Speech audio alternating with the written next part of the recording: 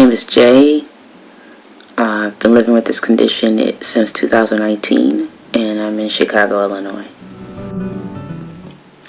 I'm most passionate about writing, about doing volunteer work, and in the community I'm involved in, and my family.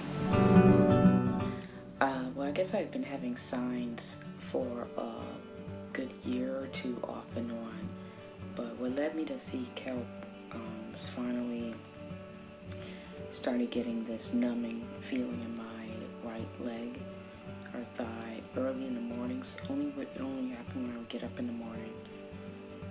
I'd get out of bed and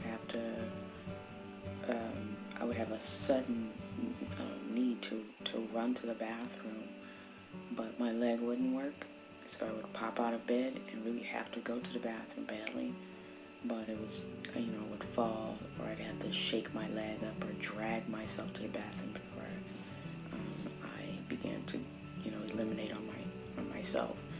Finally, I think that went on and off for about a month or so, and then one day I was driving and it started happening for the first time in the afternoon. So the following day, I did go to the doctor. But at the end of the appointment, when I was getting down off of the examining table, I kind of collapsed and went into like a seizure-like state, and they rushed me down the street to the hospital. The rest is, I guess, on from there. I've had a few great sources of support.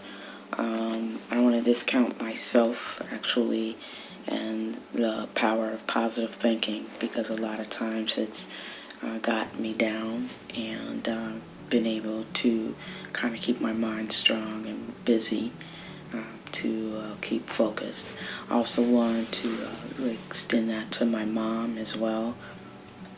She's definitely been a positive force in my life, and lately, as my condition has worsened, I've not really been able to get around as much, and I haven't been able to cook for myself for a very long time.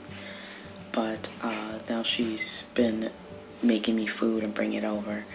I also live with a housemate, and we were gonna part ways about a year ago or so, like before this happened. But then it was determined that I probably should live with a roommate for the first year of this diagnosis to see what it does, and I'm glad I do have that assistance, because a lot of times I've not been able to do things like do quick errands or whatever, and he's been able to do that for me, as well as times when I've had difficulty even getting any food or anything to drink from the kitchen.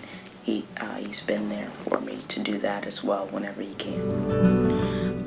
The advice that I would share with someone who is newly diagnosed, especially with multiple sclerosis, is to give up on the notion that you're there to support other people and that you have to be there for others. You have to be there for yourself. You need to be a 100% advocate for you and your own health. Don't expect the doctors to spoon feed you.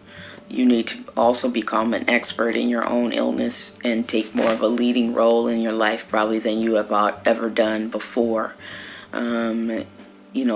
With this illness, people will push you to do things that are outside of your comfort level because they don't see what you're going through and they don't feel it.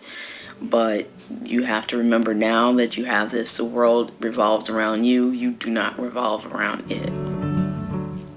I think the only thing that I want to inspire in others is the fact that everybody has the ability to make a change in themselves for the better, and also has an ability to reach out and to other people and help them to learn about themselves and make the change that's needed for their lives as well. And don't be afraid to be different. Obviously, if you can see this, you can see the trans flag above me. So my life is all about fluctuation, change, and being different.